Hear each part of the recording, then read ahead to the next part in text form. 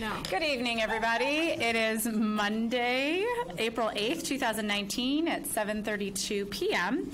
We are going to start this evening with a public hearing on the stormwater retention at Hibbard Park. Just to remind everybody, we'd like to focus this just on Hibbard Park. We're not going to be discussing either of the other locations at this time.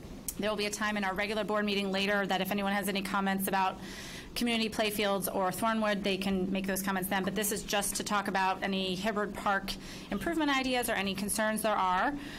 We also ask that everybody keep their comments to 3 minutes.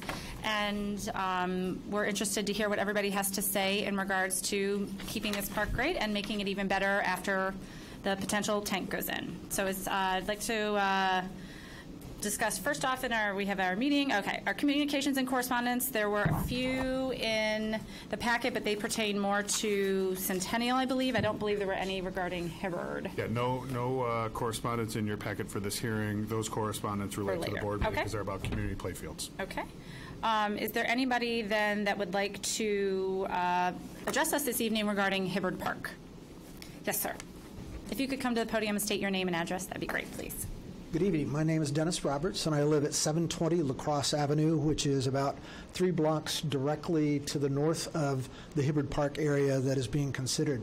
And I did attend the last meeting, and I was delighted to know that you're predisposed to approve these projects. And that was very consoling to me as a resident of the area. I heartily advocate using the Hibbard Park area, and there are a couple of reasons for that. The obvious reason is that we need flood management, but the other part of it is that you have realized that flooding issues affect the parks and the ability to play in the parks in very significant ways. And I drive by Hibbard Park. I actually go to the recreation center almost every day, and especially during rainy seasons, the entire area is flooded there and not usable for recreational play. And hopefully getting together between the village board and the park board to approve these projects will allow for the improvement of the recreation infrastructure as well as deal with the flooding issues in the west area. And just to put a little bit of a personal note to it from my perspective and to indicate the urgency of moving ahead on this, I mean, this has been understudy for several years.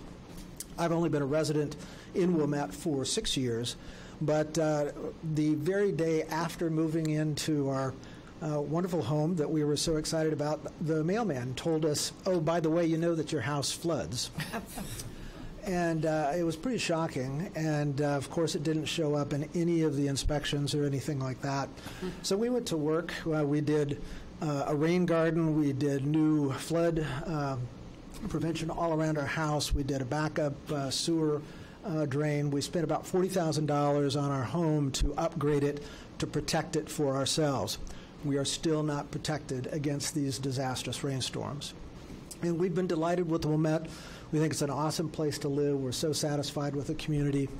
And as retirees who want to be in a community where I love paying taxes for recreation, for sports, for culture, for all of the great things that we have in this city, I would like to have flood prevention.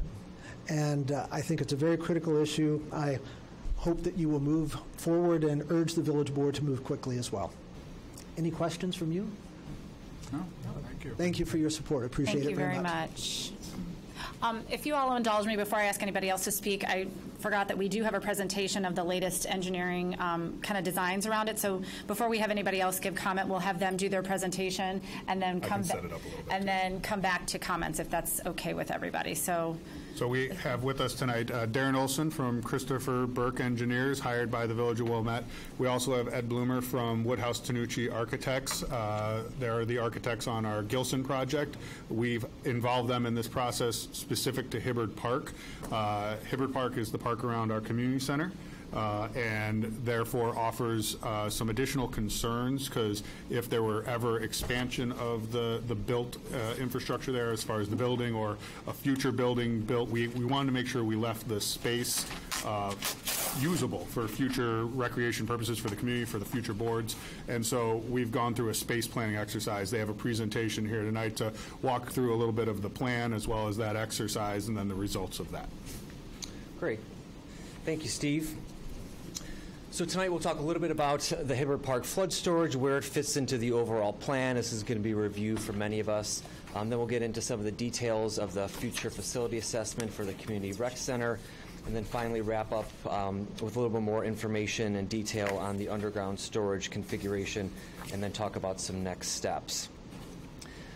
So this is an exhibit that many of us have seen. This is the west side of the village, and there are 3 flood storage areas and parks: community playfields, Thornwood Park, and Hibbert Park, which is the one that I've circled there in red.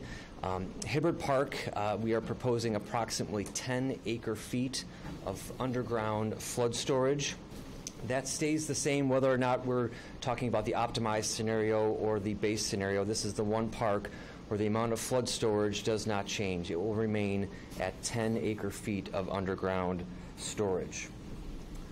We were aware in early conversations with Steve and the Park District staff that were very productive, that there was some potential change in the facilities there in the future as far as buildings.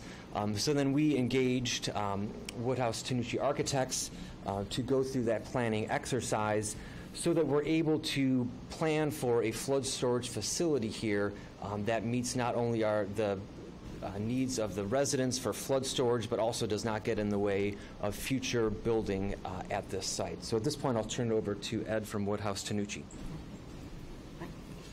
All right. Good evening, everyone. So here's Hibbert Park on a micro scale here at Glenview Road and Skokie Road here. White being the existing structure, gray being the parking lot, and the hatched area being the existing park fields around the area. So first thing we did was we sat down with the community center staff to review basically an ideal program that would accommodate any future expansion and just the growing needs of the community in the near or distant future. That exercise netted a building roughly around 216,000 square feet. Again, looking at all the needs and wants and anything that you could dream of, basically. Looking at that, you'll quickly realize in a couple slides that 216,000 square feet is about half of the buildable site out there right now. So we went back and looked at what we'll call our ideal conceptual plan, looking at what immediate needs we would need on the site, and taking some of the programs out that weren't as ideal as we would need, and which netted us a building around 141,000 square feet. There's no immediate plan to build anything in this park. This is just correct. Future, 50 years, sometime way down the road, what might happen there. Correct, yes. Okay. This is looking at what would be needed, understanding the facility is going to possibly be in the near future. Excuse me. So looking at this from a scale perspective, most of this is made up of recreation, community center, and fitness. You can see the additional 75,000 square feet of the conceptual plan was additional gymnasiums, an indoor pool, possibly a larger auditorium. So again, a little bit above and beyond what is necessary, but netting us 141,000 square feet of usable program. And then in here you can see what 216,000 square feet of building looks like on the site specifically, and then the other half being dedicated to parking to accommodate a building of this size. Doing something like this, the detention would be underneath the parking lot, which is doable. Again, for reference here, this is the existing footprint of 66,000 square feet, program being 96. So 2/3 on the first floor, 1/3 program on the second floor, excuse me.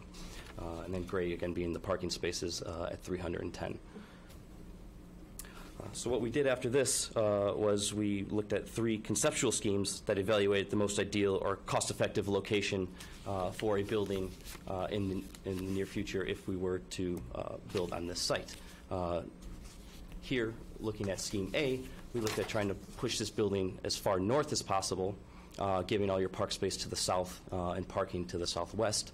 As you can see, the building kind of tapers to the top into we'll call it a wedge,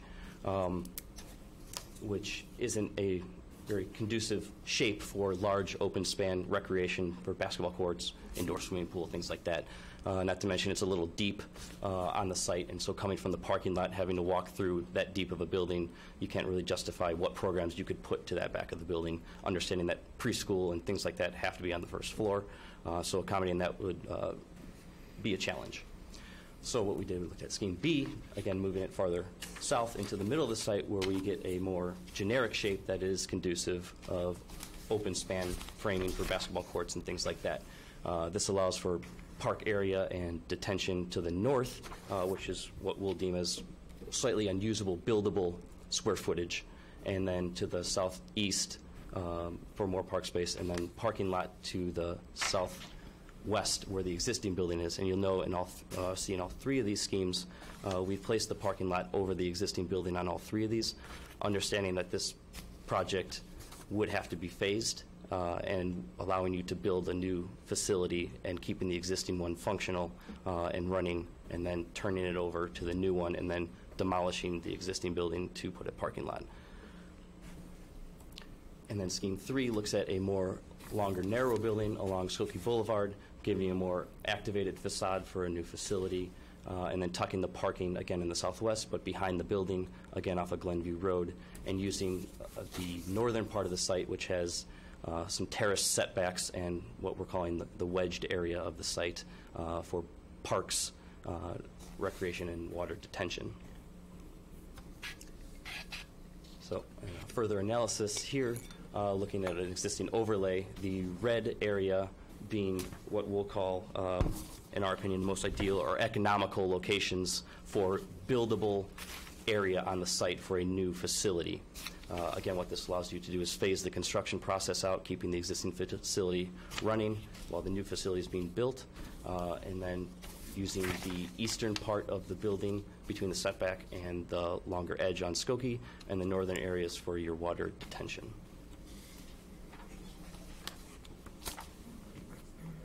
So getting into a little bit more detail on this slide, the areas in red are those two B and C building footprints, and so we're left with a certain amount of area on the site to build our flood storage. And that area, if we want to leave those building footprints alone, and we want to leave the existing building and existing parking lots alone, we're left with this area around that starts on the south side along Glenview Road and goes up along the east side along Skokie, and then up to that north wedge area. And that's the area that's shown in that blue hatch. That is essentially what's left for this flood storage, that we can put it there with a high level of confidence that it's not going to be needed to be used for either a building or some sort of other facility in the future.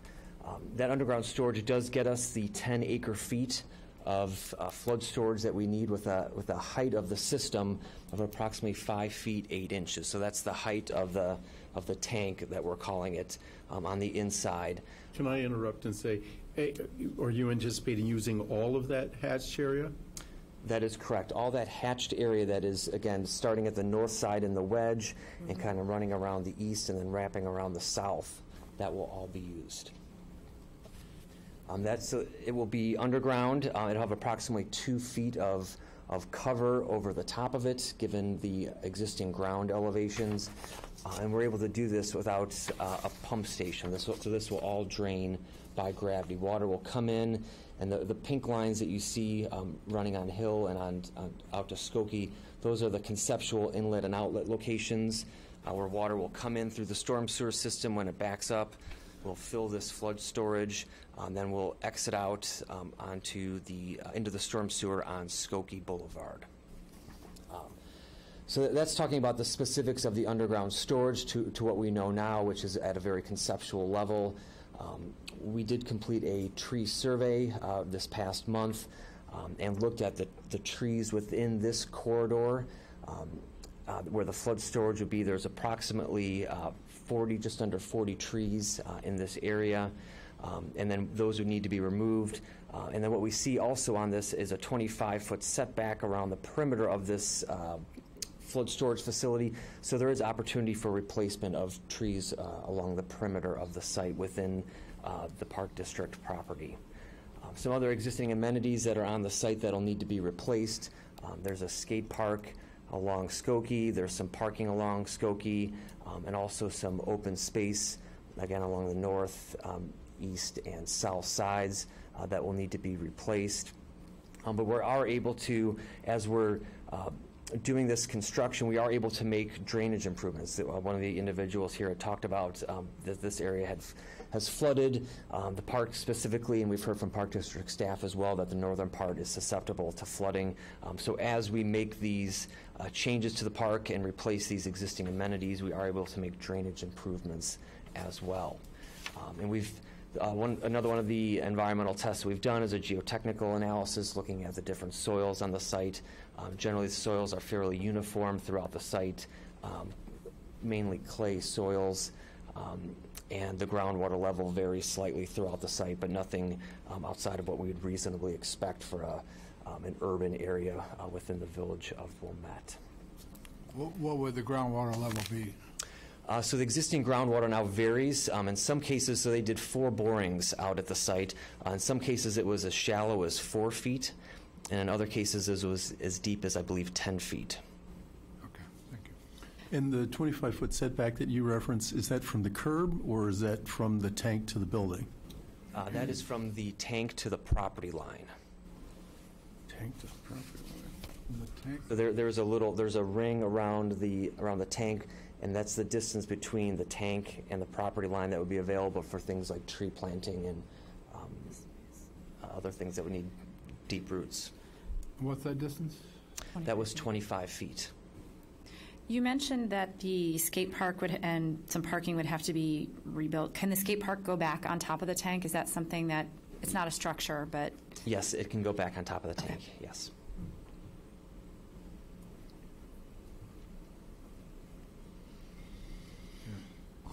So is the property line, I can't remember if there's a sidewalk down the side.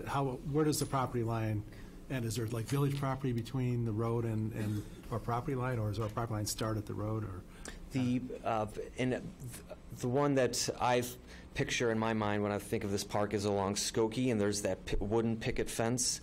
Mm-hmm. That is approximately the property line. Okay. So 25 feet in from that. So again, we're at a very conceptual level. We've met with Steve and the Park District staff several times. We'll continue to do that. We have an outdoor site meeting scheduled for April 24th.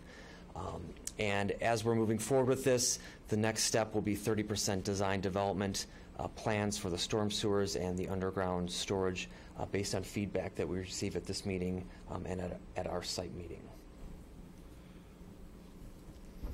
And with that, open up to questions. Well, again, I want to emphasize that this exercise is, what we've gone through is with the idea of preserving the developmental possibilities of this park. There's no plans for a building to be built. It's just if Community Rec Center gets built onto, this would satisfy what we consider would be kind of the biggest case scenarios down the road. So that was one of our concerns, was that this tank might limit our development rights. And so I applaud your efforts in coming up with what I think is a creative solution to preserve those rights. But it's not our only consideration, but I think this is a great move in terms of balancing Park District's concerns and the village's needs. Thank you. I had one quick question on the northern part, that triangular part that would have the majority of the tank. It kind of has like a hill there now and some trees and things. Would that need to be flattened out? Like how, putting it back together, what are our options in that space? There are a lot of options. Really, once we remove the material and put the tank down, it will be up to the village and the Park District to decide But something like a hill could go back there if we wanted that same kind of natural. Sure. Keeps baseballs and keeps us from seeing the cars driving back during those games. So it's a really nice feature. Or a little sledding hill back there? Absolutely, yeah. Okay. Yep, there's a lot of options, Does anybody have any other questions? Okay. So I guess in this scenario, there's no cottonwood trees apparently. left over? No, there are several very large trees. I would have liked to have seen that tree survey. I do included in have the that if you'd packet. like to see it. Yeah, absolutely. I can't tell. This is it. We'll give you all an opportunity to come up in a moment. We're just going to ask questions of the engineers, and then we'll let you all ask questions. So this was the tree survey that our environmental staff completed. Actually, hot off the presses. And so there's a... Can you zoom? well, that may be out of my... There's got to be a techie in the room that can zoom. yes. Let me see if I can...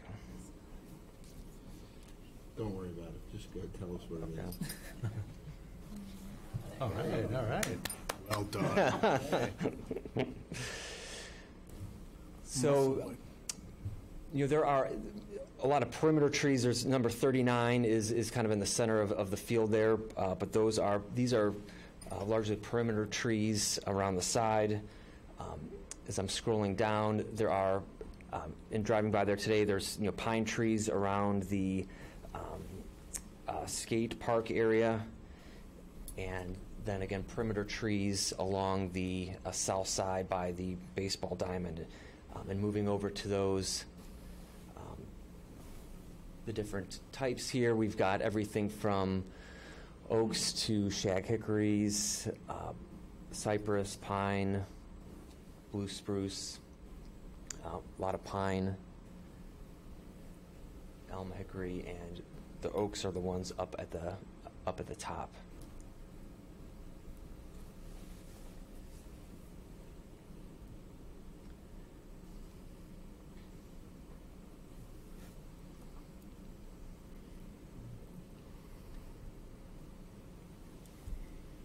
Unfortunately, yeah. Do you have documentation on the size or age of those trees? We have, our staff went out and did a tree condition survey. The actual physical topographic survey for the site has not been done yet because we have not known where the underground storage will go. The surveyors are the ones that will go out and actually get the diameter at breast height of the tree. And so that's when that will get added to this information. That has not been done yet. And could trees of similar size be put back in that 25-foot setback, or will they be considerably smaller? Well, at planting, they would likely be smaller, but we would have to work with a landscape architect to figure out what makes the most sense in that space. But there certainly is opportunity for tree planting within there. Yeah, we're not going to be replacing mature trees with mature trees. What sometimes happens is you take the diameters and you try to match, well, we have the total of diameters this, therefore we'll replace with more trees, smaller diameters, but we're sort of getting back to where we were. And of course, they will grow. Any other questions from the board? Actually, I have a question probably for Steve. So in the wish list that was described here, what was eliminated between like the ultimate wish list and the what ultimately was decided upon? So Darren's going to get back to the bubble slide here that illustrated what was left out between the 200,000+ square foot facility and 140. But I once again want to caution everybody that this was really a space planning exercise, not truly a programming exercise. It doesn't mean that things that were left out wouldn't be in a future facility. We just, a 216 or whatever thousand square foot facility is never, an appropriate size facility for this community. So we shied away from it, plus it would have consumed the entire property. So Andy and I worked together to say, okay, what was originally in the list was 6 full-size basketball courts, a huge gymnasium facility.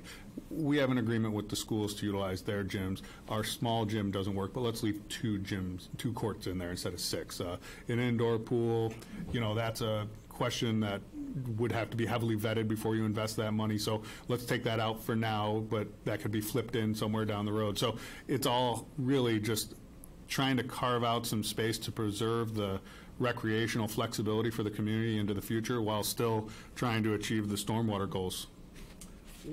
So in my 8 years on the board, I've heard the word indoor pool a lot, right?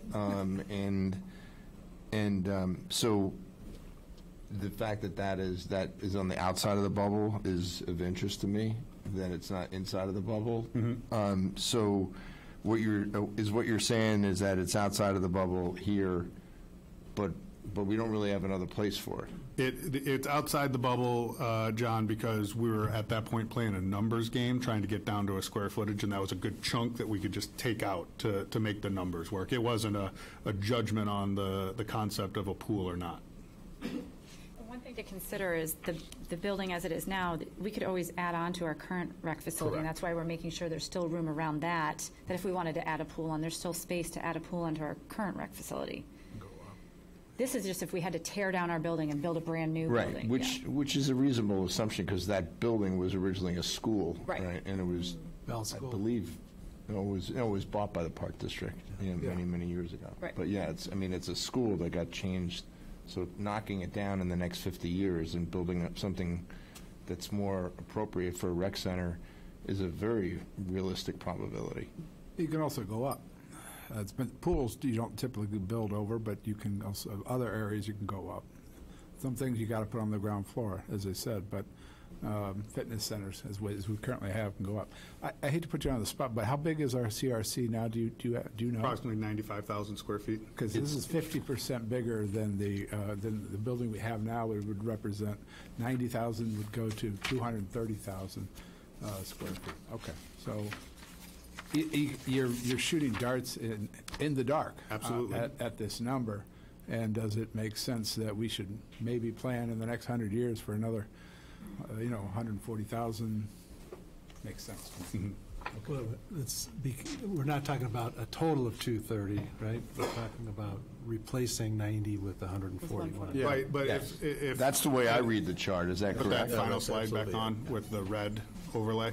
Depends. What I'll point out about this when the slide gets up there is that's two of their concepts put onto that one image, that top red rectangle and then the longer rectangle with the L shape. They overlap each other, so that's really a lot more than a two-story, 140,000 square foot. The point of this was to try and preserve as much space as possible for future development while still facilitating the 10 acre feet requirement for the storage project. So yes, we can build onto a building and that wouldn't take up this sort of space. Yes, we could build a smaller facility than one or 1.5 of these. Right. All of these things are very real possibilities somewhere in the future because we don't know what the future holds. But we went this route to try and constrain the property as much as possible for recreational purposes first, and then see if the storage capacity could be built around it, which is what Christopher Burke has done. And I would say that this is the least obtrusive way of putting a large tank in the park. If you just kind of look at it, it's like, okay, we put it everywhere where the building isn't going to go, right? I mean, it's mostly along the edges. But in tearing down and creating a new building, the tank would not be affected at all? That is the assumption of this exercise, yes. Right. Yeah, So you take those two ideal, which we would say are our most cost-effective analysis of the two schemes, and take those two, overlay them as you see here. And so they have enough room to put their storage on the east side and that north little wedge, but if you were to build a building that looked like this, you still have additional park space in that middle swath that has no tank on it whatsoever, but is still also park space. And vice versa for the other scheme as well. And this tank isn't like West Park. It's not a big, huge concrete structure. Right, that's these are what more I'm like wondering, like- these are more like Legos that we put into the ground, right? These vaults are precast, and it's not a bad analogy, is it? Yes, it will be some sort of segmental system. We haven't determined what that system is, but it will be some sort of segmental system, we believe. It could be modified if relatively much easier than a big, huge cast-in-place tank. That's correct. A segmental one would be easier to modify if we had to modify it. And Shelley, I think to answer your question, there is, and you have to look very closely at this, and I know you can't see it up there, but I have it in front of me. There is a space between the red box and the contemplated buildings and then the blue hash marks. Okay. That is a 15-foot space there, and that's what is currently thought would be enough space to dig new foundations for a new building without you. disturbing That's my question. that Thank you. tank. Future engineering would have to prove that out, but that's currently what's contemplated. To have the proper footing for a new building, I would Correct. think you'd have to, have some Some distance underground between and it. whatever and some distance. And so you're saying, I'm assuming obviously that's all part of your planning, yeah. Yes. Okay. Just, maybe I missed this before, but I think Steve's point here is this, the slide that's on the screen now is a combination of schemes B and C together? Correct. Oh, okay. Any other commissioner comments? If not, we'll open it up to the public. Would anyone like to address us after that? Yes, sir, in the orange.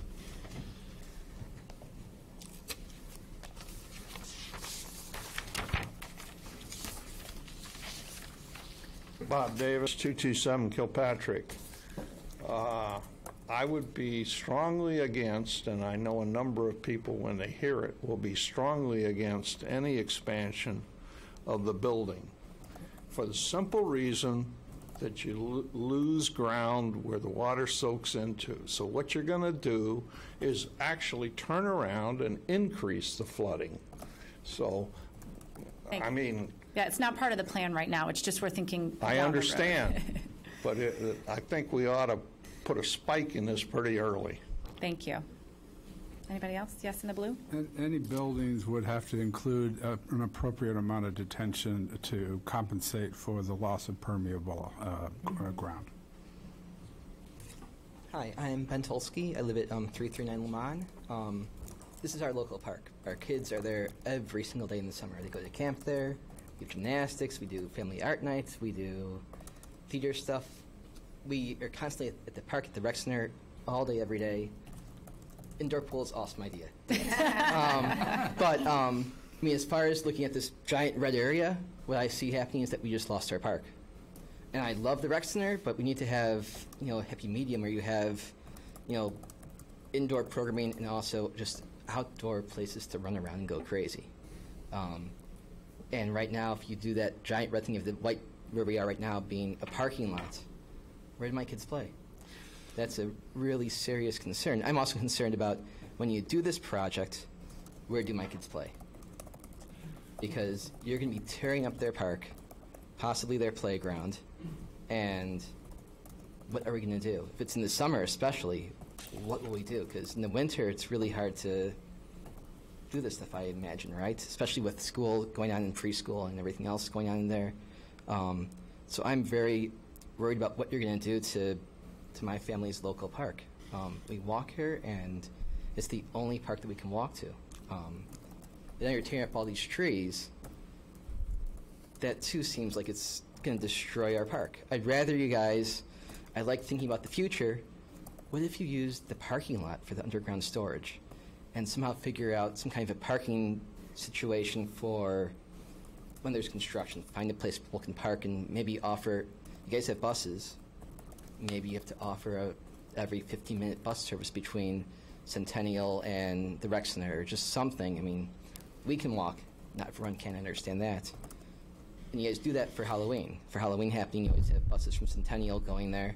Maybe during this construction, that would be a solution, is to people park at Centennial or park maybe at Eden's Plaza. Maybe they'd be willing to work with us and bus people.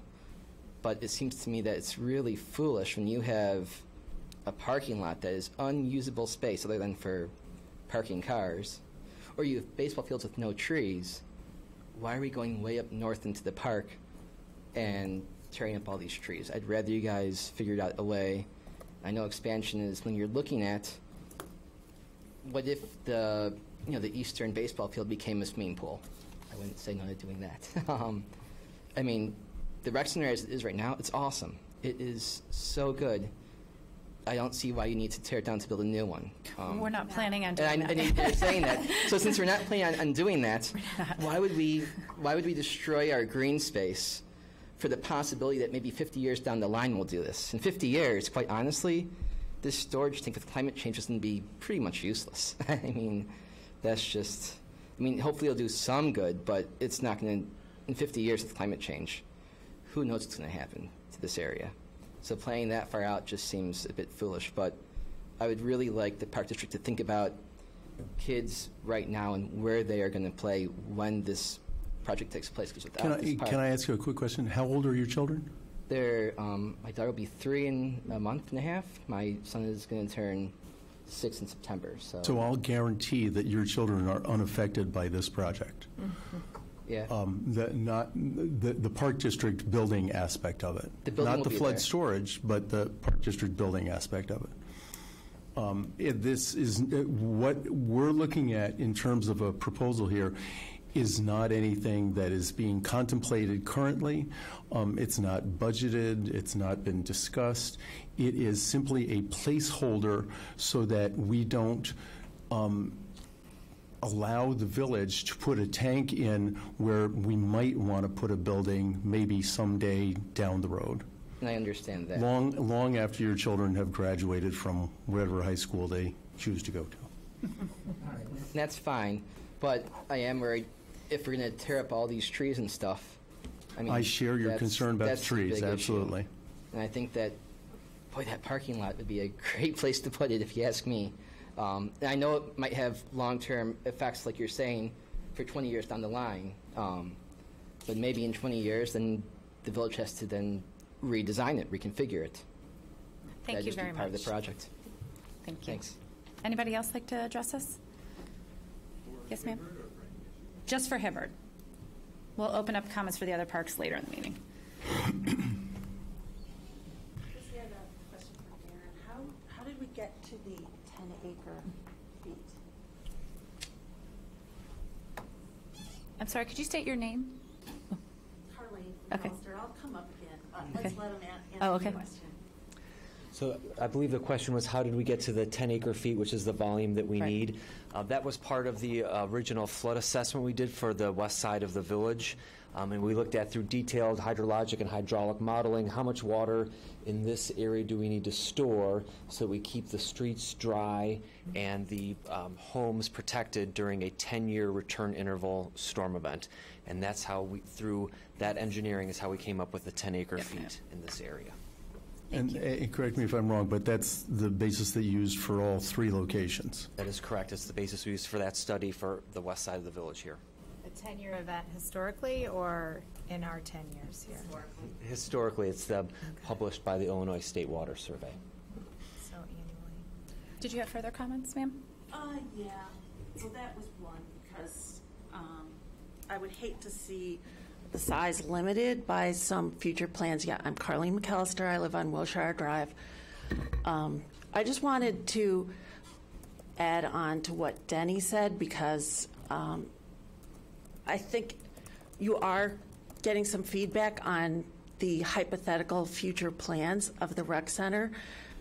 Just to put it into context, a year ago, Denny spent a lot of time talking to his neighbors in the area who have suffered so much from stormwater. And if you walk through the neighborhoods, you see it's like a Rube Goldberg, contraptions to try and route water away from the houses. The unfortunate thing with water is it goes to the lowest point.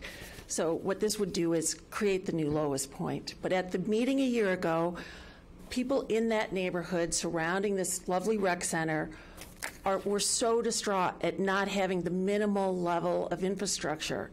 And someone Denny recruited to speak to the meeting talked about 2 families going to bed at night, or, the night of a really bad storm. On one side of the town, they watch TV, they finish dinner, they think, oh, tomorrow we'll go to school and our job. On another section of town, like around this project, people are frantic. Is the power supply going to be on so our sump pumps work? Is the basement going to flood again? Will we even be able to get the car out of the garage? Should we move the car somewhere? We've had people come to the village meeting saying that age 70 or 80, they just can't even manage the flooding anymore. It's so frequent. So I just wanted you to keep in mind when you're speaking about, wouldn't it be so fantastic to have a swimming pool or 6 more basketball courts?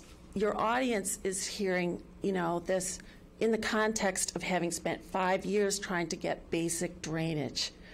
I talked to people while I walked neighborhoods who said they might, they own their house, but they might not be able to insure their house anymore because they've filed for flood damages 2 times, and the insurance companies have said if they file again, that's it, no more insurance.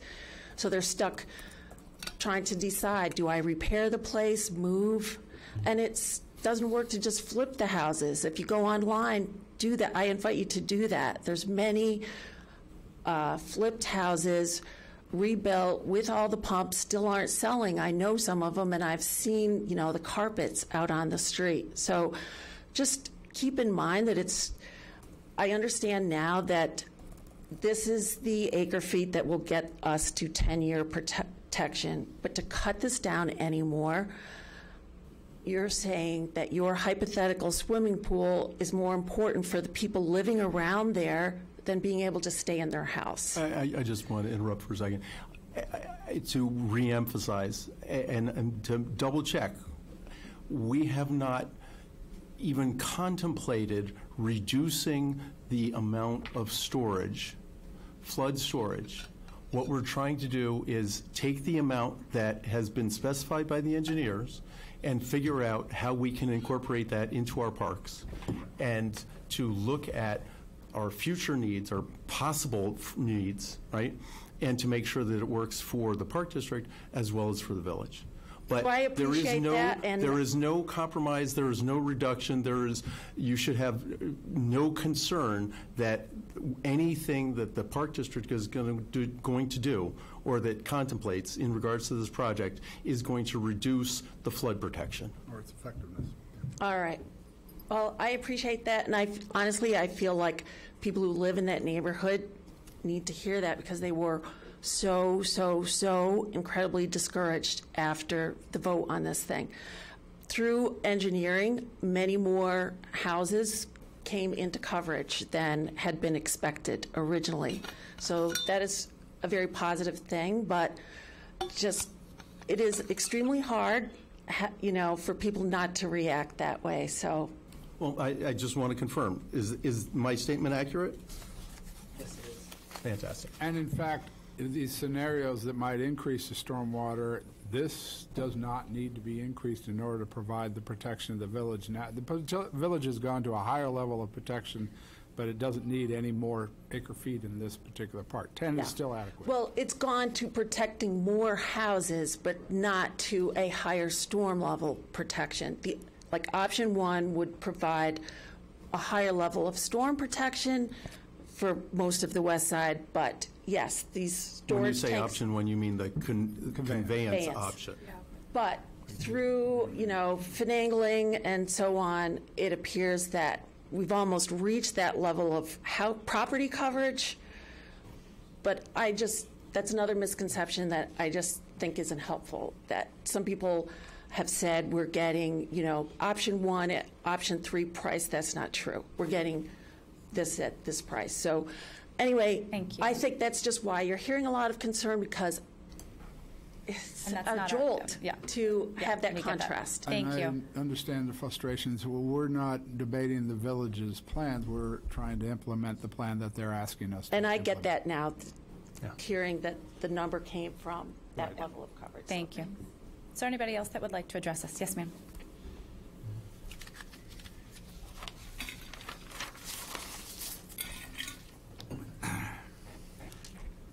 Hi, my name.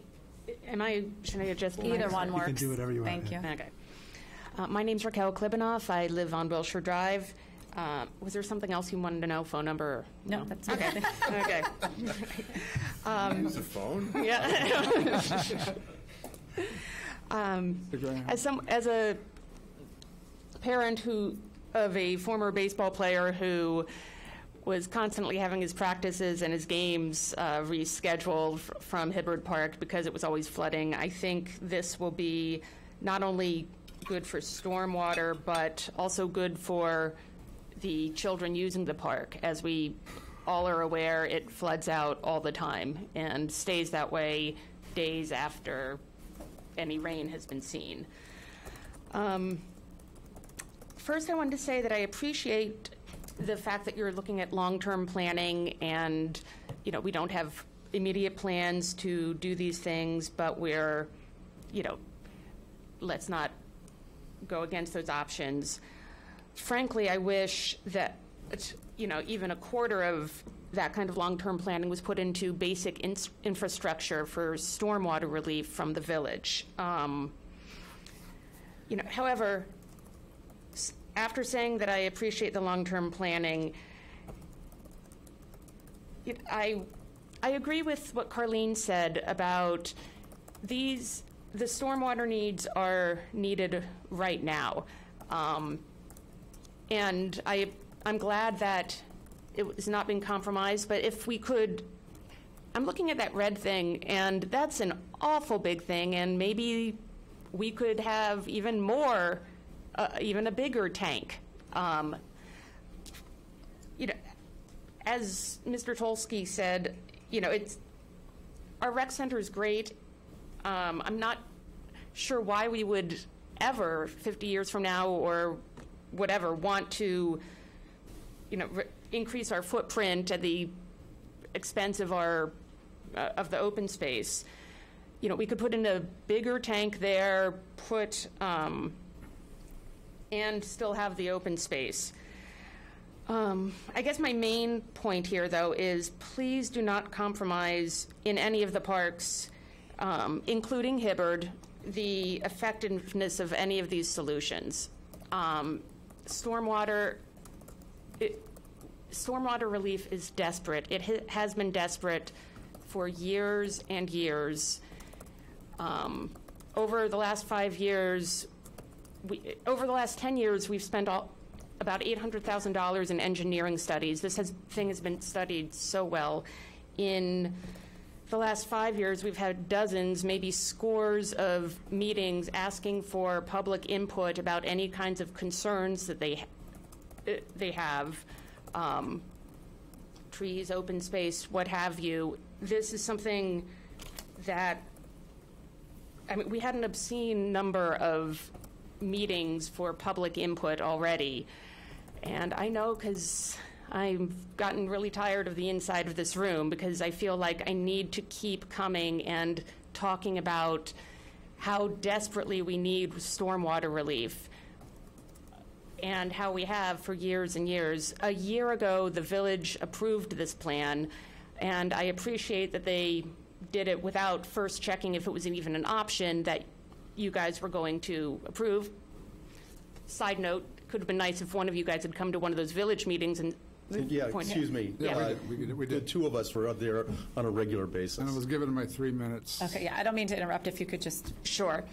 Anyway, please know how desperate people are about stormwater, the need for stormwater relief, and the need for stormwater relief without delay. Yes. And thank you for coming to those village meetings. Sorry if I missed those. I wasn't at all of them, but I'm sorry that they didn't listen to you. I wish they had and had approved option one, and then none of us would be here tonight. Well, you guys would, but I wouldn't. Thank you. Okay. Thank you. Is there anyone else? To be clear, I didn't actually weigh in on which plan was best because I felt that was the village's decision. Oh, no, but you could have been like, something to keep in mind. If you approve option 3, it does. Yes, I'm sorry. Thank you. Assuming that the board will. Thank you. The park board will. Thank you. Thank you for going to those meetings.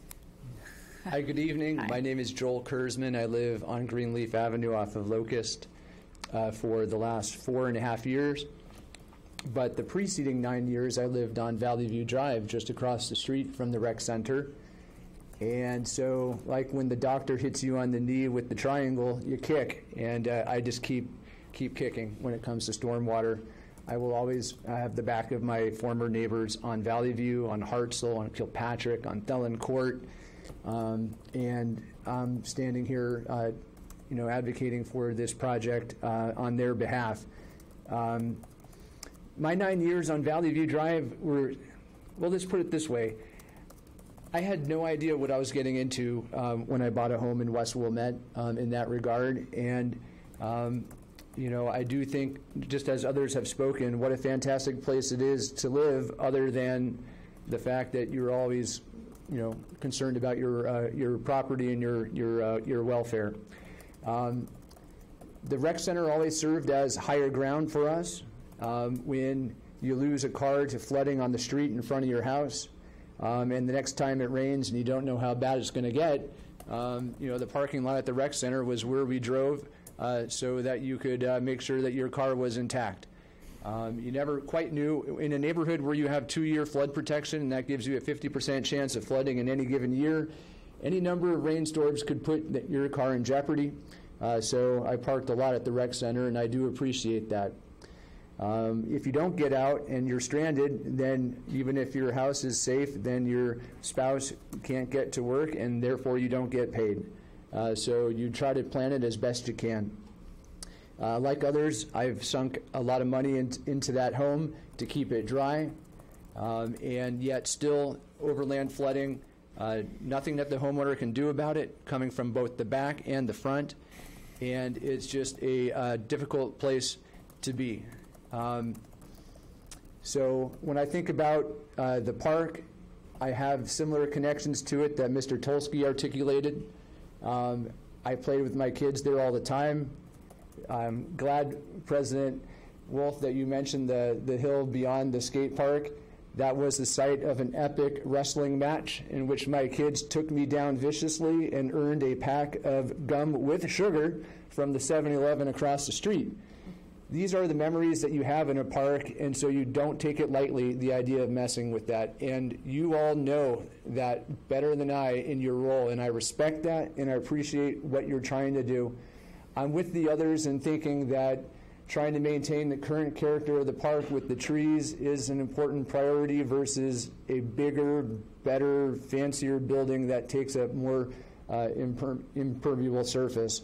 So I'm that's my leanings, but when it comes to restoration, certainly I have that hill in mind, and certainly would want the village to be a good partner to you all, and I really am speaking just as a resident of that former resident of that neighborhood. So I appreciate you taking my comments. Thank you. Is there anyone else that would like to address us? Okay.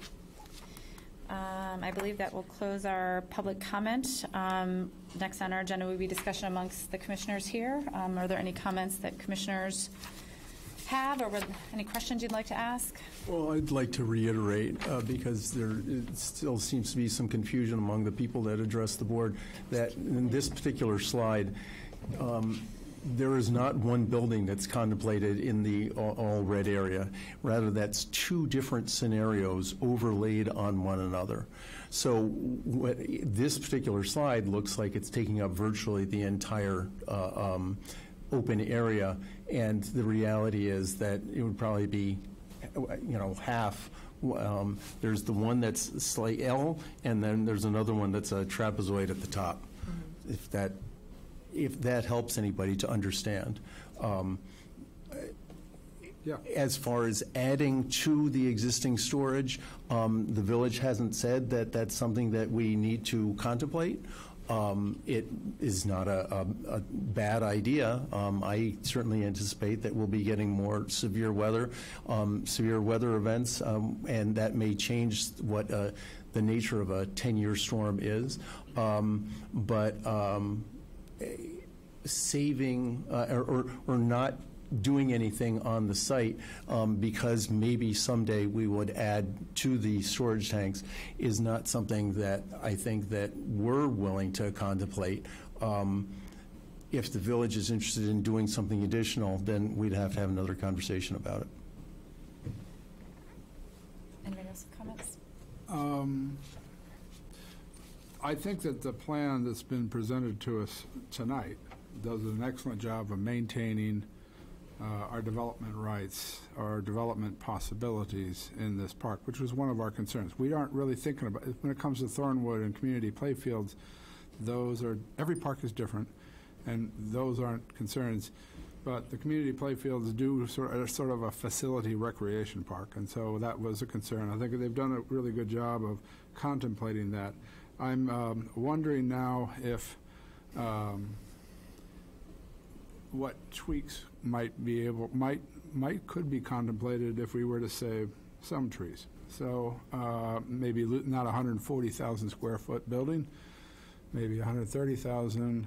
Is there a pickup that isn't particularly costly for us? So I don't want to endlessly contemplate this, but I'm wondering, is that a question that could be asked? I think it's a question that can be asked. Darren, if I could ask you a question, though, in response to Commissioner Abbott's question. The trees that we're talking about and identified on this slide that would be impacted, those are impacted by the storage facility, not by any conceptual future buildings. You're correct.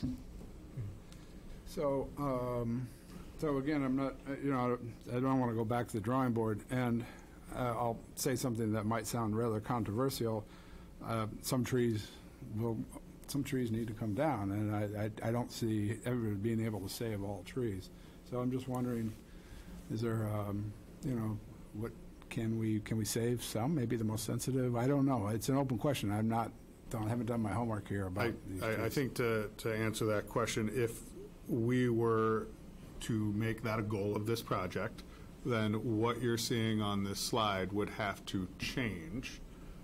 Which is not an impossible task, because this is a conceptual task that we've done here, conceptual exercise. So if we wanted to put more tank in areas where there's no trees currently, to not put the tank where trees are currently, then we would just have to redraw. Well, I'll just say, put a microscope on this and see. I don't want to make wholesale changes. I'm not. Right. Put a microscope on this and see what.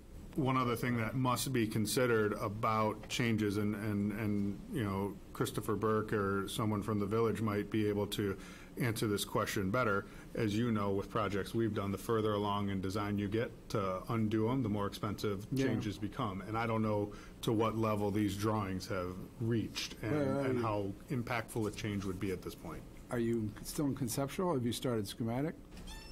This is as far as we're at right here. There you go. So as it's currently contemplated, would basically every tree down the edge of the park be taken out? I mean, that's sort of how I pictured it and what I saw. But throw the tree survey one back on.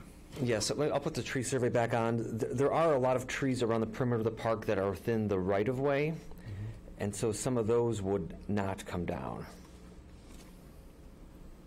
I'd like to hold down the west side of the park there, the north side. Let me try to zoom again. So you see the yellow? Yeah. I mean, is that every tree? Those are the basically? trees. So when he moves it down further south, you'll see a cluster around the skate park. Yeah. But in the north end, it looks like basically every tree is gone. If you were to go into Google Earth Street View, there are trees that are right next to the picket fence. In fact, the ones that are on the street side of the picket fence, those are not on the property, so those would not be removed. But otherwise, it's pretty much all gone. So. Okay.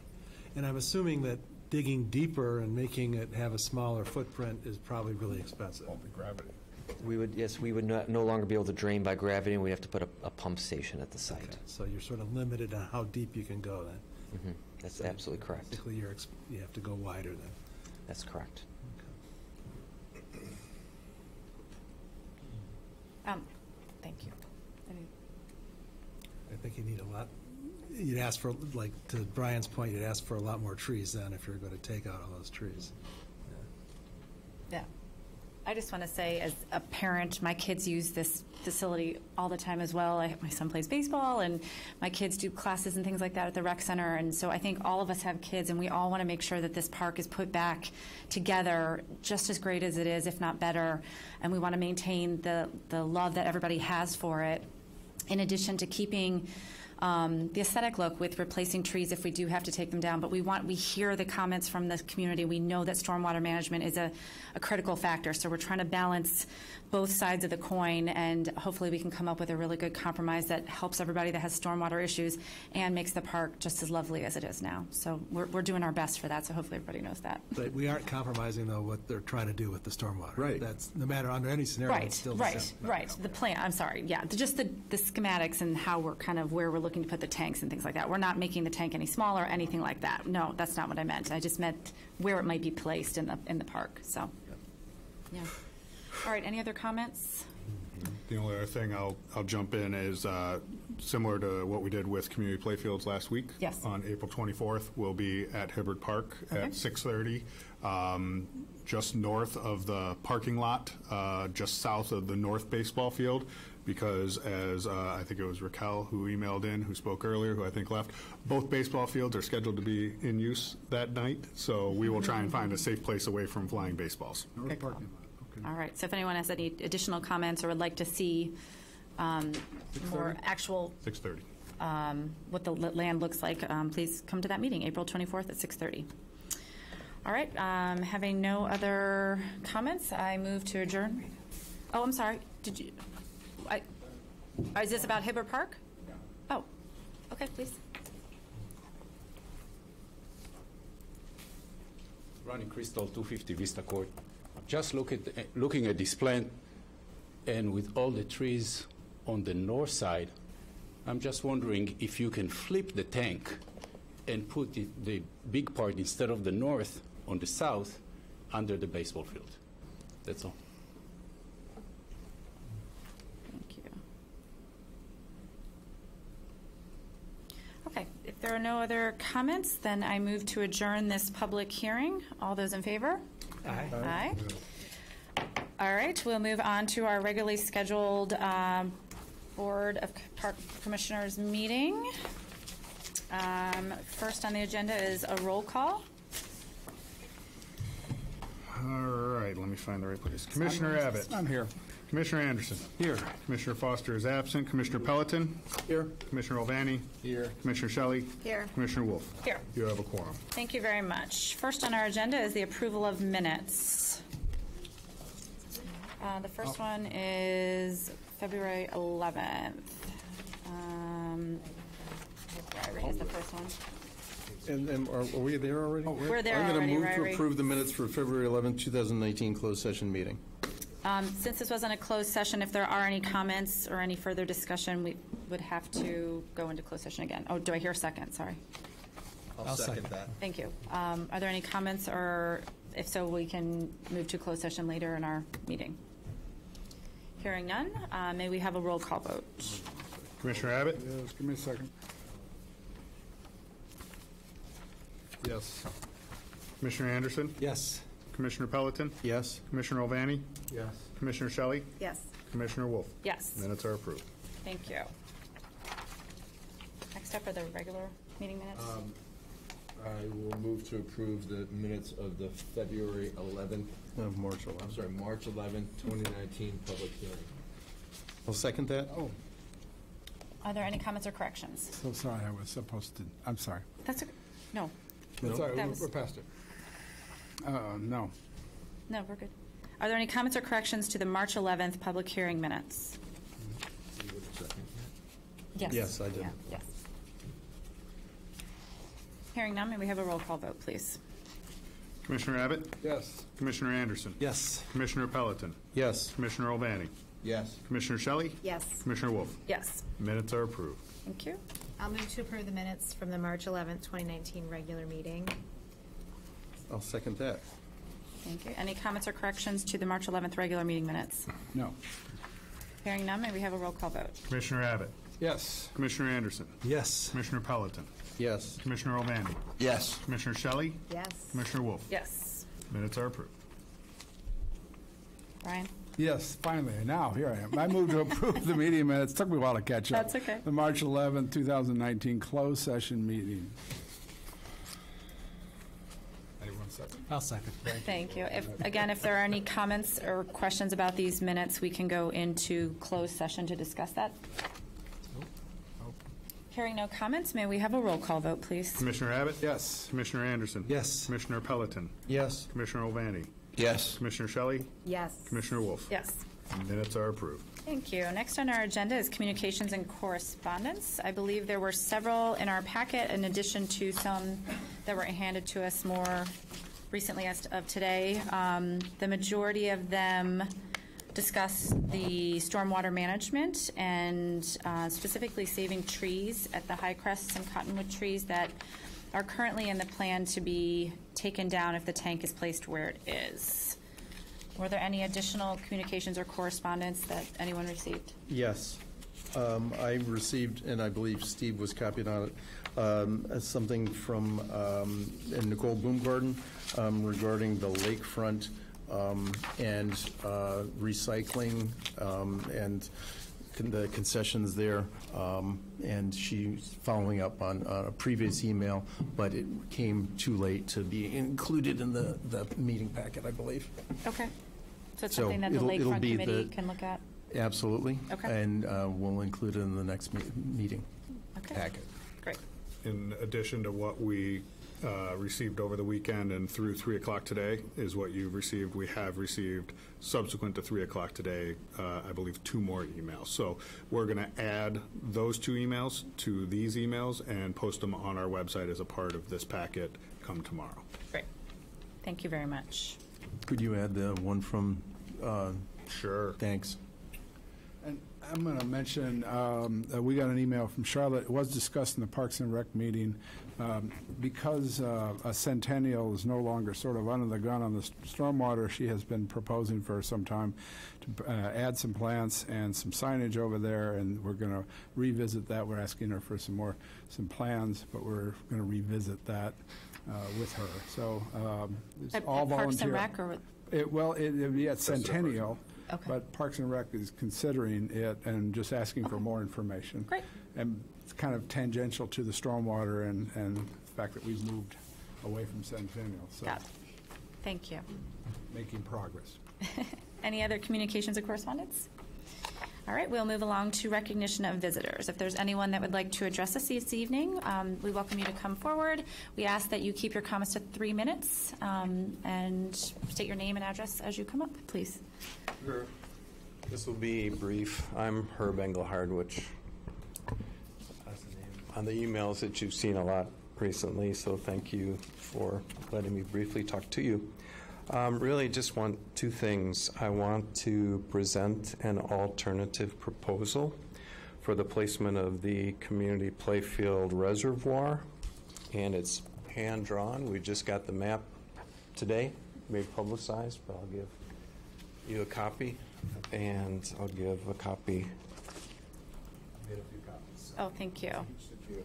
So this, I'm calling the green proposal, and the purpose of this, and of course I haven't done any kind of cost or financial analysis. The purpose of this is to show that the tanks or the tank at the community playfield could be placed in a way that doesn't involve the destruction of the cottonwood grove.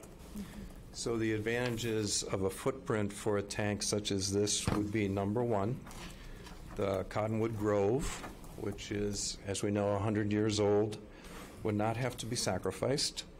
And number 2, this could actually be an opportunity to improve the drainage of the soccer fields, which do need to be improved in terms of their drainage. So I know everybody's worked hard for many years on this, and I've been pushing in my emails shortly to do this right and not to take out this very valuable resource for the community. I think that you have a copy of Charlotte's email in the packet. Just in case you missed the last 2, I'd just like to submit those 2 to you. Sure. Thank you. I won't take up time. I won't have time in 3 minutes to go through the different issues that were discussed back and forth in those emails. But I would just hope that we'd be able to come up with a nice plan that doesn't take out the cottonwood grove. Thank you very much. Thank you. Is this your only copy, Mr. Engelhard? No, Steve has one as well, honey. That's funny. I gave, Okay. I can make No, I that's can fine. make more. No, we can make copies. Yeah, thank you. I can make more. I actually had a question for the engineers. It appears that the area that Mr. Engelhard is talking about, that Cottonwood Grove, is currently serves as detention for the Highcrest Middle School. That the water drains from the playground, from the parking lot, from the building into that area, and it's actually, there's a berm which it makes it a detention area. So what are the plans in terms of the drainage, accommodating that drainage? The plan was, and what we heard was to improve the drainage in there, so we would take that above ground detention and we would move it underground into the flood storage basin in order to improve drainage out there. So that is contemplated. All right. Yep. Is there anybody else that would like to address us? Yes.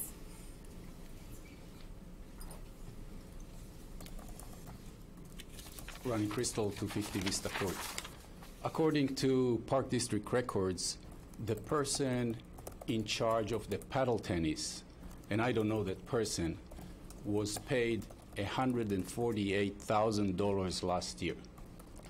This year, according to the records, they're getting paid $8,000. I don't know what the job entails and what's going on, but something doesn't seem right that a person that is in charge of only paddle tennis is getting more than the superintendent of recreation. So I just ask you to check and make it right. Thank you. We'll look into that. Thank you. Is there anybody else? Okay. All right. Next on our agenda, we will move on to the approval of the voucher list. Okay, I move to approve the voucher list in the amount of $2,330,778.56, a copy of which is to be attached to and become a permanent part of the minutes of this meeting. I'll second that. Thank you. Are there any questions or comments regarding the voucher list? I had one minor question, and this is the hitting improvements for golf range servant, $5,675. Hitting improvements? Does anybody have any idea what that is? We're going to make everyone's game better. That's it's so what that is, it's a golf combination of some smaller items. So new mats for the driving range, new dividers for the driving range, all in line with the capital plan, as well as an add-on to the ball dispensing machine to allow customers to use a credit card right at the machine, even on hours where maybe we have the pro shop closed and it's bad weather in winter and someone wants to go hit balls. So it's a combination of those items. Okay, thanks. Okay. Any other questions? I had a couple small ones that I took care of with them earlier. So Okay, thanks. Can we have a roll call vote, please? Commissioner Abbott? Yes. Commissioner Anderson? Yes. Commissioner Pelletin? Yes. Commissioner Olvani? Yes. Commissioner Shelley? Yes. Commissioner Wolf? Yes. Voucher list is approved. Thank you. Next up, Executive Director's Report. Thank you. The first part of my report is focused on the public input meetings and stormwater. Give a small summary of the meeting held on April 3rd last week at Community Playfields. We had about 10 residents join us, offering different opinions on the tank and the trees, and it was a good discussion. Most of the feedback received was when I asked specifically, what would you like to see the park like once the project is concluded? The people present that night all articulated a preference towards grass fields. One resident who lives very close to where the soccer fields are located behind the junior high voiced a desire to have the new area above the tank be level enough to give some flexibility into the placement of soccer fields so they could get a break every now and again without fields being directly behind their house. And we had marked out the perimeters of the tank so people could see where the four corners would be. It's a large tank. It takes a lot of space, and as was mentioned earlier, it would, if built the way it was, disturb most of the cottonwood trees that are there currently. With that, looking forward, we have the April 24th Hibbard Park public input, and then again here next month, in and amongst seating new board members after the election, we will have another public hearing about Thornwood Park, and then following that later in May, a public input session at Thornwood Park, weather permitting, on May 22nd at 6:30. Looking forward towards your agenda tonight, you have some items coming out of the Parks and Recreation Committee. 2 bids. First is the annual T-shirt bid, where we do this every year. This is apparel for participants in our programs, summer camper shirts, basketball shirts, soccer uniforms, as well as staff apparel, lifeguards, camp counselors, things like that. They've reviewed it and have a recommendation for you tonight. We also have coming out of that committee the bikes that are a part of the registration fee for campers in Camp Fusion. We reviewed that bid in the committee as well, and there will be a recommendation on that during the Parks and Recreation Committee report. Under the Real Estate Committee, you have a resolution authorizing NSSRA's purchase of a building to relocate their new offices and build some recreational space. As you know, this has been an ongoing effort since 2013. We've had a couple leads, couple options that have not materialized. This is a nice opportunity for them at a very good price. They came and made a presentation to the Real Estate Committee, and they have a recommendation on that for you tonight as well. Under new business, there is a resolution for the purchase agreement for the equipment at the golf course, lawnmowers and equipment like that, as outlined by the golf committee and the board when it authorized the budget in January. This is buying the equipment, and the purchase agreement is a zero-interest agreement paid over 3 years. And the banking industry has all sorts of requirements, and this is one of them, is the resolution. What you have in your packet, unfortunately, is not been returned to us by PNC. What you have is the red line version that we sent to their attorneys. They had given us verbal agreement, but we have not had it returned, so we did not want to deceive anyone. So you have a red line copy that they have agreed to in terms but have not given back to us officially. If for any reason any word changes in that, then we will not execute, because you guys need to, this board needs to approve it as intended and as written. But we are running out of time, and we need the equipment to start maintaining the grass when it really starts growing here as it gets warmer. So that's why it's here tonight. And that concludes my report. Any questions for Steve? The reason we got into this, if you remember, was at the time the golf capital budget plus, you know, whatever the operating earnings was budget, we ended up actually having a negative cash flow, if you will, out of the golf. So we asked them to cut back on the capital, and then they sort of found a creative way to get the equipment but not spend all the capital in year one. So now we're back to having at least a positive cash flow out of golf. Thank you. Thank you, Steve. You're welcome. We'll move along to committee reports. First up is Lakefront Committee. Hi. Lakefront Committee met on April 1st, and we did have a couple of visitors, one of whom had written us previously, and she was very concerned about the fact she lost her spot on the Sailing Beach some 3 years ago, I believe it was, because she was, due to family circumstances, unable to respond in a timely fashion, so then she had been on the waiting list. And Mr. Crystal spoke up on behalf of her. Both he and the resident in question were concerned about residents getting preference for spots on the Sailing Beach versus non-residents. The good news is that subsequent to that, her name came up on the waiting list. We got far enough down on it so that she's been offered a spot. That doesn't necessarily solve the resident, non-resident aspect of it, but at least for this year, she won't have to wait another year, which is what we were anticipating she might have to do. And the big item, of course, was the update on the lakefront project, and all is proceeding according to plan, on schedule and budget, which is super fantastic, right? Exactly, knock on wood. The other good news is that the contractor or the project manager says they do not expect that they're going to need to use all of the budgeted contingency funds, so that the project will actually come in slightly under budget, which is wonderful news. They don't anticipate anything preventing us from getting a certificate of occupancy in time for a May 27th opening. And they're working on completing the concession spaces as soon as possible, giving that a priority, because the concessionaire is going to need to move ahead with health inspections, because that's a separate permitting process. And if they need to get all of their stuff in place by May 27th, they need to be first in line.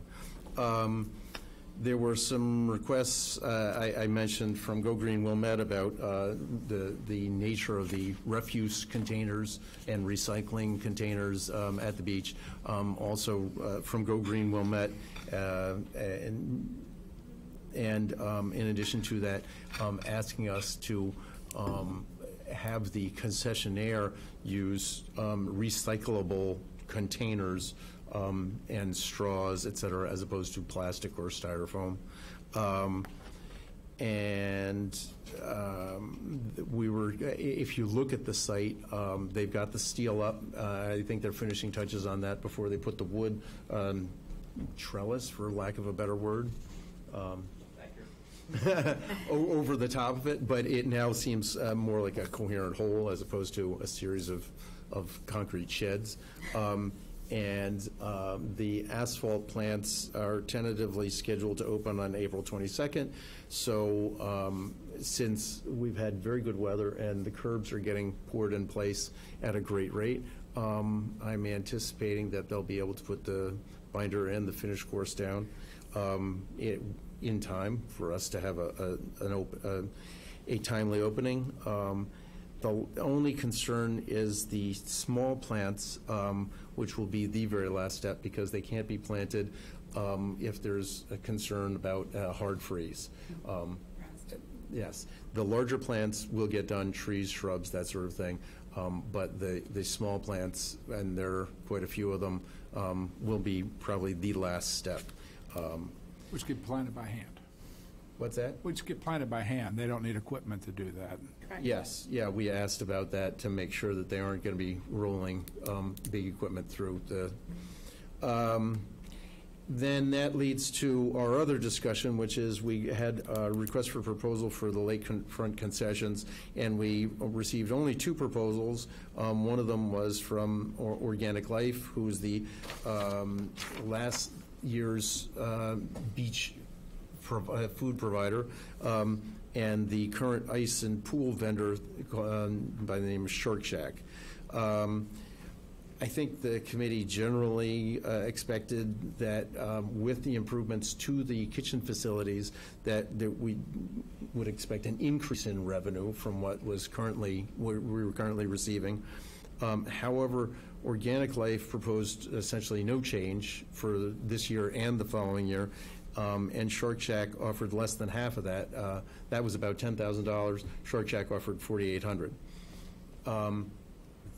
The majority of the committee preferred the Shark Shack sample menu selection, and so we decided to direct staff to negotiate with Shark Shack to determine if they can agree to improve their lease the lease amount to something equal to or greater than what it was last year. And if not, then they'll move on to Organic Life and ask them for their best offer financially, as well as to revise some of the menu options or give us a better selection of menu options. So they're working on that, and that has to be completed in a timely basis because of all the other things I said in terms of getting moving with the village and making sure that they've got everything in place. We also reviewed legal options for additional explanatory beachfront signage. There was some concern from some residents as well as some commissioners that the residents don't understand what their rights are in terms of walking along the waterfront past private property And we determined after receiving our legal opinion that the best course of action was probably not to add signs until the state has some clarification of what the policy is, because where the high water mark is shifts from year to year, and we might, by putting up signage trying to explain and be helpful, actually cause more of a problem than we solve.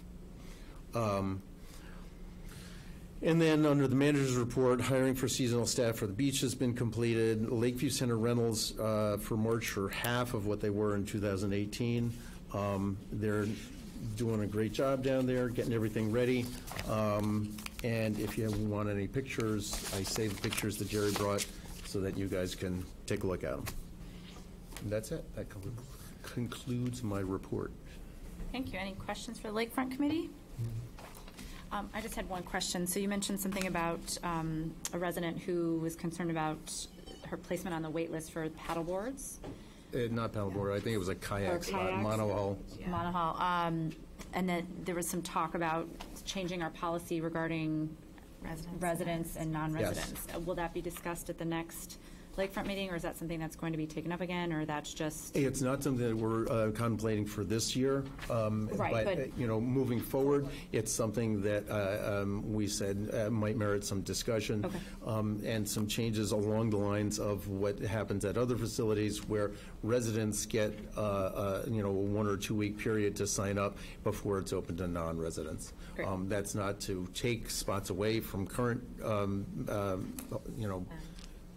current sailing beach spot holders who are non-residents, but to change the process of signing up in the future. Great. Especially for the long wait list. Yeah, for the long wait list. But we had said 2/3 of the committee won't be on the Lakefront Committee going forward, so it's definitely something for the new committee to look into. And I'm sure staff will remind them to do that. All right, thank you. Facility Operations Committee. I am standing in for Commissioner Foster. With regard to the pool, they are in the process of trying to finish up their hiring. Depending on what category, they range anywhere from having a third of who they need up to almost all of who they need. And the other major project there has been getting the new structures for the diving put in place. At the ice arena, April 22nd is the Spring Learn to Skate.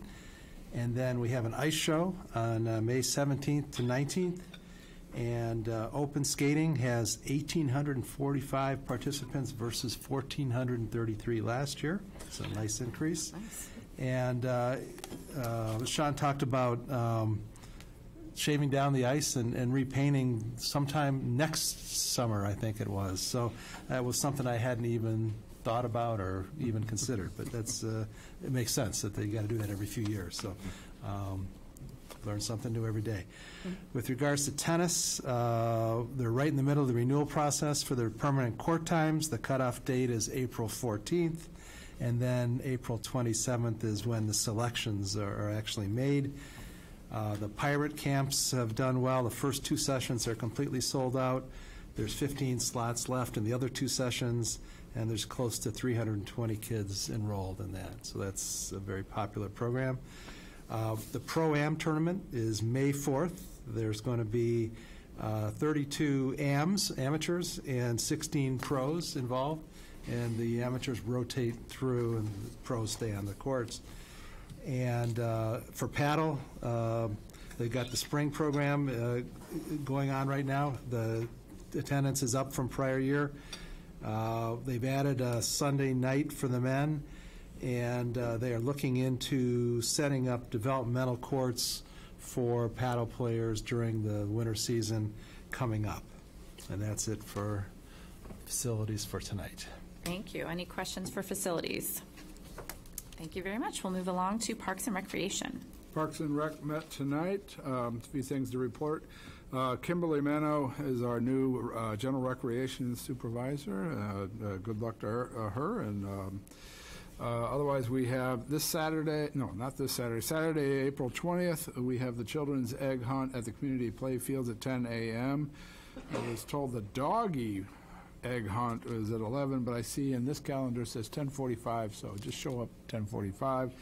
They do not run consecutively. The spring soccer starts April 22nd. Summer camps, they're still taking applications, though obviously, if you wish to submit an application for summer camp, counselors get on it. Also, the Camp Fusion is still open, but the same thing applies. That will fill up soon, and so for campers, it's still open, but won't be for long. In fitness, we have a program Spring into Shape. Registration will open soon on that. And then in business matters, the staff has taken bids for T-shirts and uniforms, and also taken bids for Fusion Bike bid, which leads me to a couple of motions to make. So with regard to all the uniforms and T-shirts for camps and otherwise, this is a long motion, but I move to approve the bids from Sunburst, Glendale Heights, Illinois, in the amount of $20,429.87. Evanston Imprintables, Evanston, Illinois, in the amount of $3,821.12. Express Press, Springfield, Missouri, in the amount of $5,646.88. Arena Sports, McHenry, Illinois, in the amount of $30,578.73. And FGS Incorporated, Chicago, Illinois, in the amount of $1,275.00 for staff and participant T-shirts and uniforms for the upcoming year. It's a mouthful. Got it out. Is there a I'll second. Thank you. Just so everybody knows, this is something we do every year. It's camp T-shirts, summer staff T-shirts, all our kind of shirts for all of our summer programming. So it's something that's done yearly. Any questions? May we have a roll call vote, please? Commissioner Abbott? Yes. Commissioner Anderson? Yes. Commissioner Pelleton? Yes. Commissioner Olvani? Yes. Commissioner Shelley? Yes. Commissioner Wolf? Yes. Bid is approved. Thank you. And a nice touch, since we are talking about uniforms, staff gave us some photos. Our old uniforms get shipped off. These are photos from Haiti where there's kids running around Haiti with Wilmette Park District soccer T-shirts on. These are the old retired uniforms that got a new life, and it was very nice to see. So I'm going to move on to another bid. This has to do with Camp Fusion and bicycles. I'm going to move to approve the bid from Wilmette Bike Shop, Wilmette, Illinois, to supply bicycles and accessories for the 2019 Fusion Camp season at a cost of $232 per bike and $45.50 per set of accessories, for a total cost of $377.50. Now that's per bike, but yes. I'll second that. Thank you. Again, this is for our Camp Fusion camp that they ride bikes all over Wilmette and do all kinds of fun activities, and they get to keep the bike and the helmet and everything that comes with it at the end of camp. So it's a really cool camp. Any questions? I want to point out this does include servicing of the bikes as well. Right. They can, if they need They will come in service of the bikes. at the bike shop. Correct. May we have a roll call vote, please? Commissioner Abbott? Yes. Commissioner Anderson? Yes. Commissioner Pelleton? Yes. Commissioner Olvani? Yes. Commissioner Shelley? Yes. Commissioner Wolf? Yes. Bid is approved. Thank you. I should add that my son is attending Camp Fusion. In interest of full disclosure. Excellent. Anything else from Parks and Rec? Nothing else. Okay, thank you. We'll move along to Golf Operations Committee. Okay, golf met on March 16th. It was rather cold that day, and not a lot of excitement. The excitement has happened since then. The course opened on March 27th, which was a hair earlier than the last couple of years, which was March 29th and April 6th. The excitement today must have been a good day at the golf course because it was gorgeous out.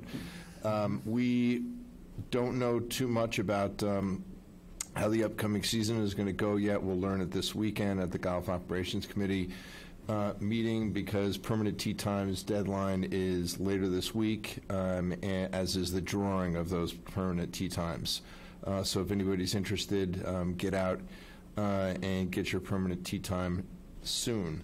What we did talk about is an overview of the preseason opening process. The most exciting thing for golfers is that the trees were, a lot of the trees were pruned significantly in order to improve your ability to take a swing near one of the trees, which is consistent with a lot of the other golf courses around the country.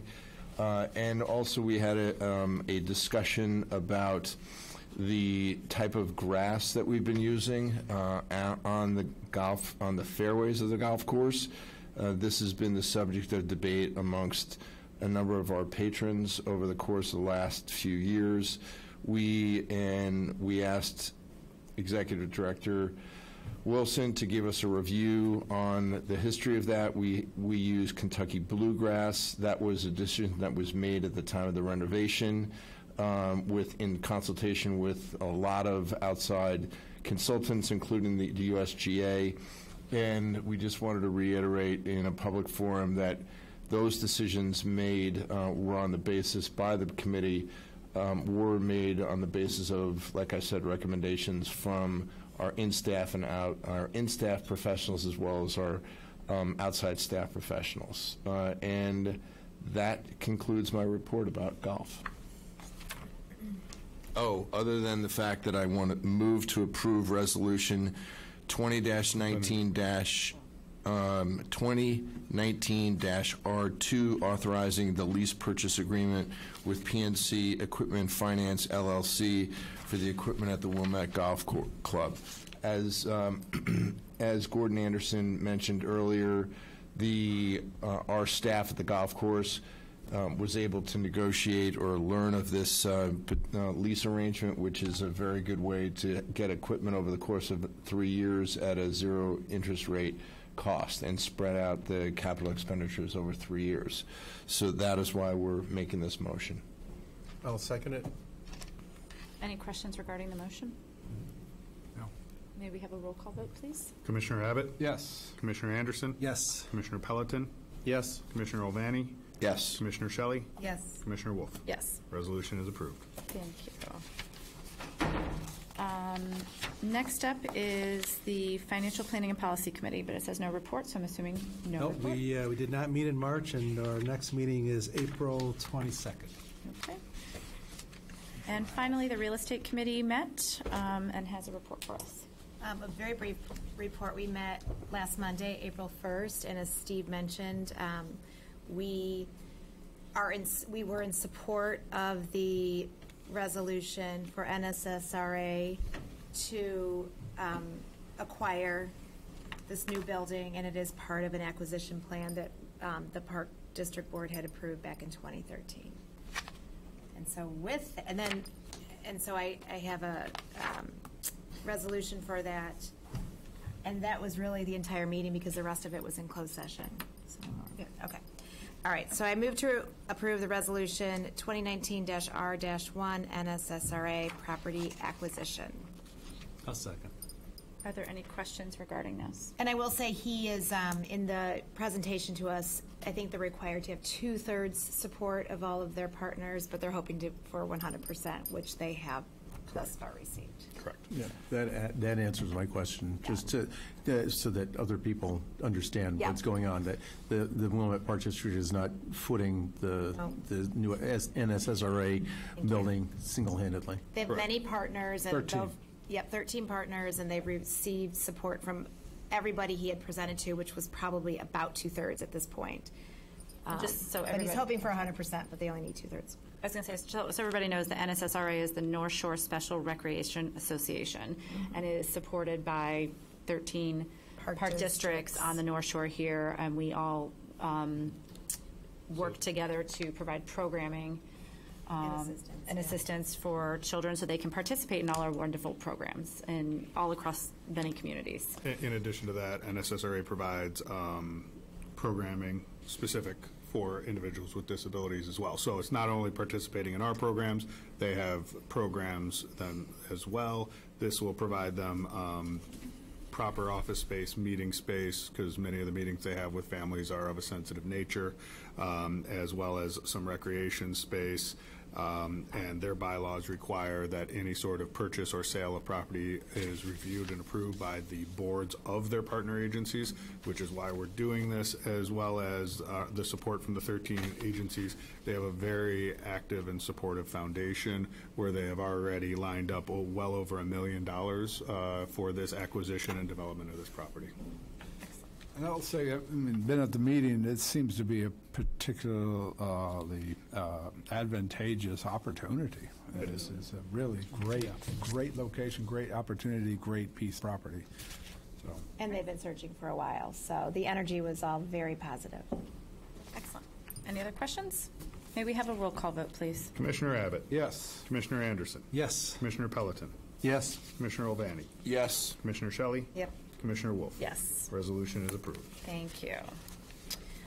Next up, we have unfinished business, stormwater update. So as we've discussed earlier, I think this is a good time for us to have a discussion about anything that came up regarding Hibbard Park this evening, if anyone had any further comments, or the community playfields.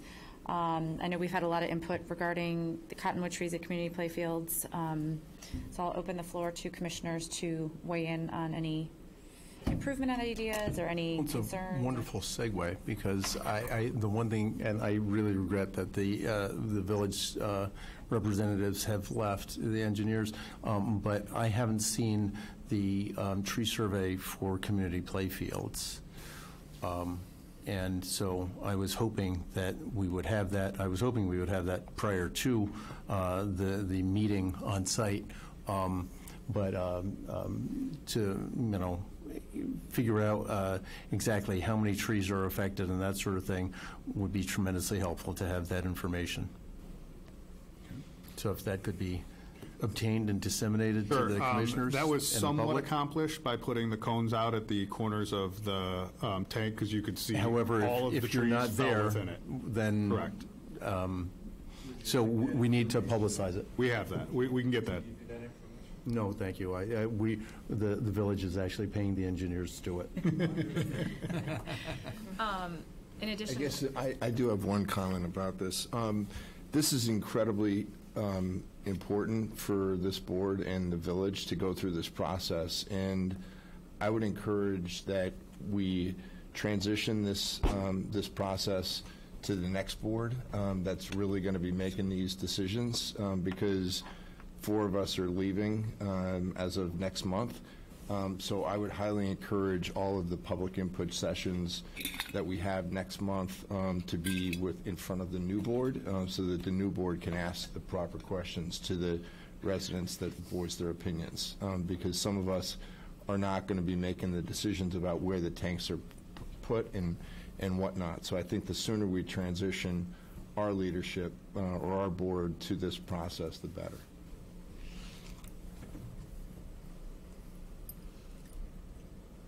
Well, and I guess I was going to add that with input from the community, and I know we're doing our best to try to get input from people, but maybe even the media can help in this as well.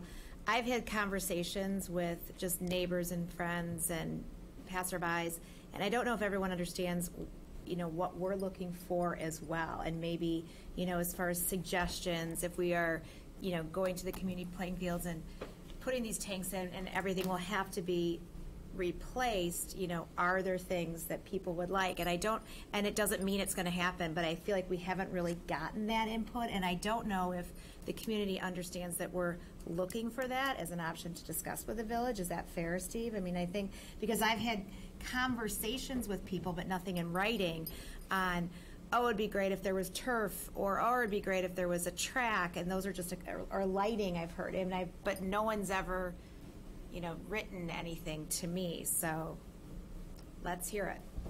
Can I just comment on what if you Shelley's want saying? it, now's the time. This is Shelley and I are both retiring from our positions, right? So our comments are a little bit less relevant than other people's comments, but I would agree wholeheartedly with what you're saying, right? But I also feel like tonight's meeting was was a little bit of an eye-opener that when we do that, right, we get the feedback of like, don't even talk about anything, right, or don't slow the process down.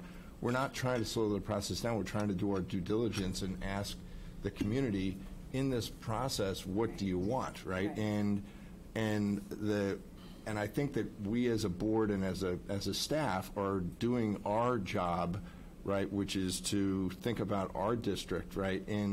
But the discussion is getting turned in a different direction from my perspective. Well, and now is the time to do, if anything's going to be done, now is the time. Right, but when we talk about, an indoor, like I said, we talk about an indoor pool as, hey, maybe this is something that we think about. We should think about this for the next 50 years.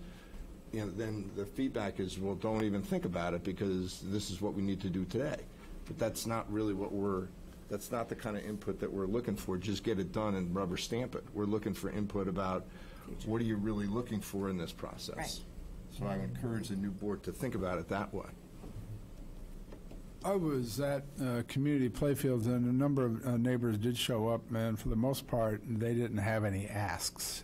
For the most part, they didn't want lights, they didn't want a track. They wanted it we want our park back. That was the general consensus. There were comments about the trees and concerns about the trees were echoed here. There were also people that showed up and asked us to move the all deliberate speed. To the extent these discussions should be input to us and not necessarily neighbors showing up and arguing with each other about the relative merits of approving a plan quickly versus stopping and considering the trees. We really don't want to encourage some sort of free-for-all as to who's got the better idea. We want to take the comments. And so we did hear comments, but at least at the community playfields, aside from the trees, I didn't hear of any asks. It doesn't mean we can't get emails and we can't get other people. But I haven't really, I've heard about the track, but but I haven't really heard somebody say, I want a track. I don't know. Have you? The asks that I've heard have been rather I can diffuse. address that particular one because I don't believe that the Park District would be interested in financing a track simply because we don't have any programming. And staff, I don't think, has envisioned any programming. And it would be fairly expensive, on the order of $1 million, $1.5 million, I think. In another capacity, I have had that discussion with members of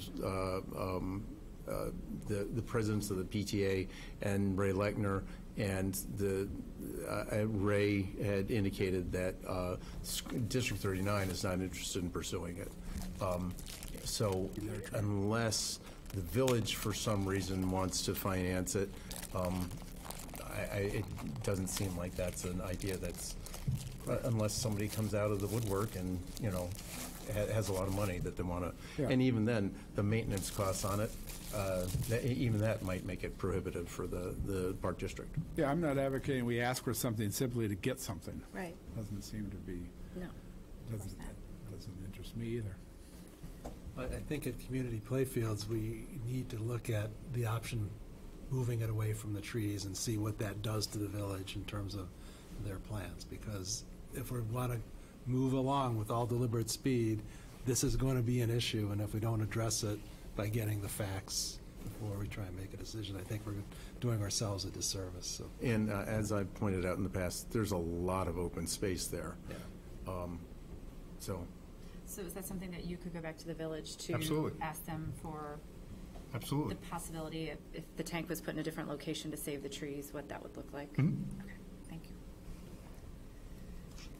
Anybody else, any comments? And if we're going to do something at Hibbard in terms of all those trees, I'd say let's put a lot more in than we took out, because you're going to lose a lot. I'll just make my comments. I would love, like I said, about looking at opportunities to put the tank in a different spot at the community.